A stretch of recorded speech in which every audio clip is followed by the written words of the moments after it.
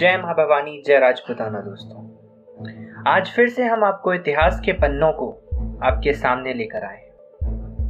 क्षत्रिय एवं जिन्हें आज कालांतर में राजपूत कहते हैं, राजपूतों के इतिहास को कहना या बताना कोई छोटी सी बात नहीं। इस इतिहास को बताने में कई सदियां चली जाएंगी, क्योंकि इस इतिहास को बुनने में हमारे पूर्वजों ने अपने रक्त, अपने प्राण, अपने हर एक हिस्से को दान दिया है। और आज उन्हीं क्षत्रियों का, उन्हीं राजपूतों का अस्तित्व हमारे देश में कोई कुछ चुनिंदा लोग जो आप लोगों को आपका इतिहास बताने की कोशिश करते हैं, हमारे पूर्वजों का नाम चुरा कर खुद अपने आप को क्षत्रिय राजपूत बताने की कोशिश करते हैं। खैर छोड़िए, हम सुनते हैं कुछ और अनोखी जो हम लोग भूल चुके हैं, हमारे पूर्वजों के इतिहास की कुछ और किस्से। चलिए शुरू करते हैं। इतिहास के पन्नों को पलटकर देखें तो हिंदुस्तान के मध्य युग की शुरुआत में ही मुस्लिम शासकों का आगमन हो चुका था। भारत में अपनी शाख जमाने वाले इन मुस्लिम शासकों को धूल चटवाने वाले महाराणा प्रताप और पृथ्वीराज चौहान जैसे भारत के कई वीर राजपूतों की वीर गाथा के इतिहास को तकरीबन हर हिंदुस्तानी ने पढ़ा और सुना होगा। लेकिन आज हम आपको इतिहास के पन्नों में भूले बिसरे कई ऐसे राजपूतों की वीर गाथा के बारे में बताना चाहते हैं, जिनके सामने कई मुसलमान शासकों की विशाल पल भर में घुटने टेकने को मजबूर हो गए। भूले बिसरे राजपूतों की वीर गाथा, काबुल का युद्ध। इस बात को बहुत कम लोग जानते हैं कि काबुल युद्ध के दौरान करीब 8000 पठानों की सेना को 12000 राजपूतों ने एक साथ युद्ध किया था। महज घंटे भर में ही पठानों की विशाल सेना राजपूतों की छोटी सी सेना के सामने पस्त होने लगी। पठानों की ये विशाल सेना वीर राजपूतों के आगे टिक ना पाई और उन्हें घुटने टेकने पड़े। कई इतिहासकारों का मानना है कि चित्तौड़ की तीसरी लड़ाई में करीब 8000 राजपूत और 60000 मुगल शामिल थे।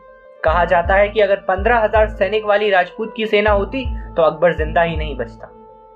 इस लड़ाई में 48000 सैनिक मारे गए थे, जिसमें 8000 राजपूत और 40000 मुगल थे, जबकि 10000 सैनिक घायल हो गए थे। गिरिरी सुमेल की लड़ाई।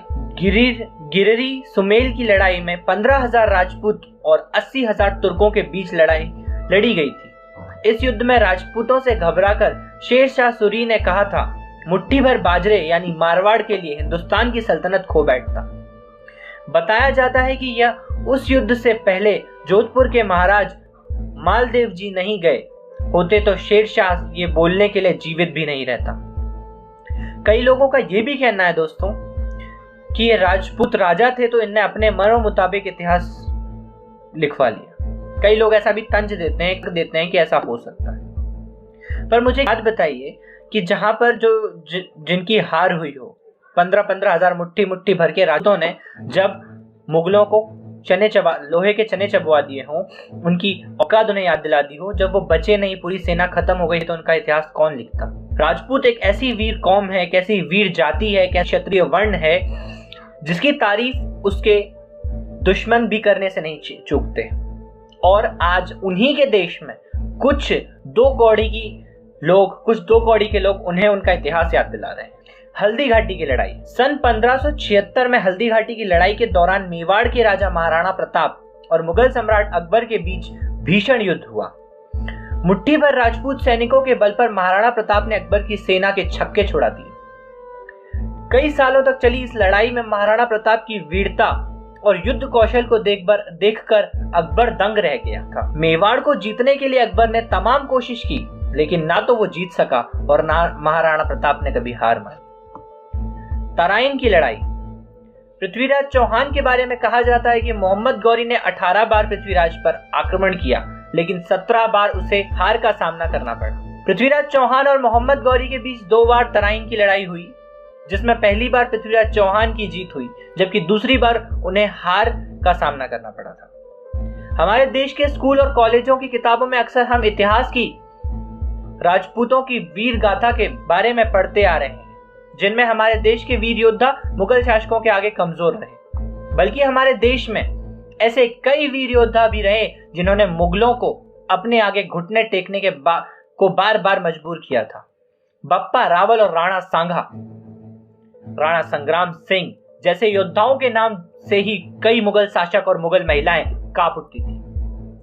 रावत रतन सिंह चुड़ावत की रानी हाड़ा का त्याग पढ़ाया नहीं गया, जिसने अपना सिर काटकर रणभूमि में भेज दिया था।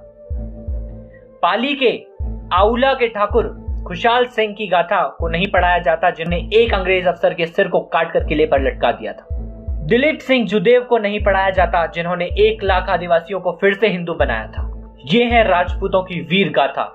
गौरतलब है कि हमारे देश में कई ऐसे राजपूत वीर योद्धा और वीरांगनाएं भी थी, जिन्होंने मुगलों का डटकर सामना किया और उनके आगे झुकने के बजाय उनसे लड़ते हुए वीर गति को प्राप्त हो गए।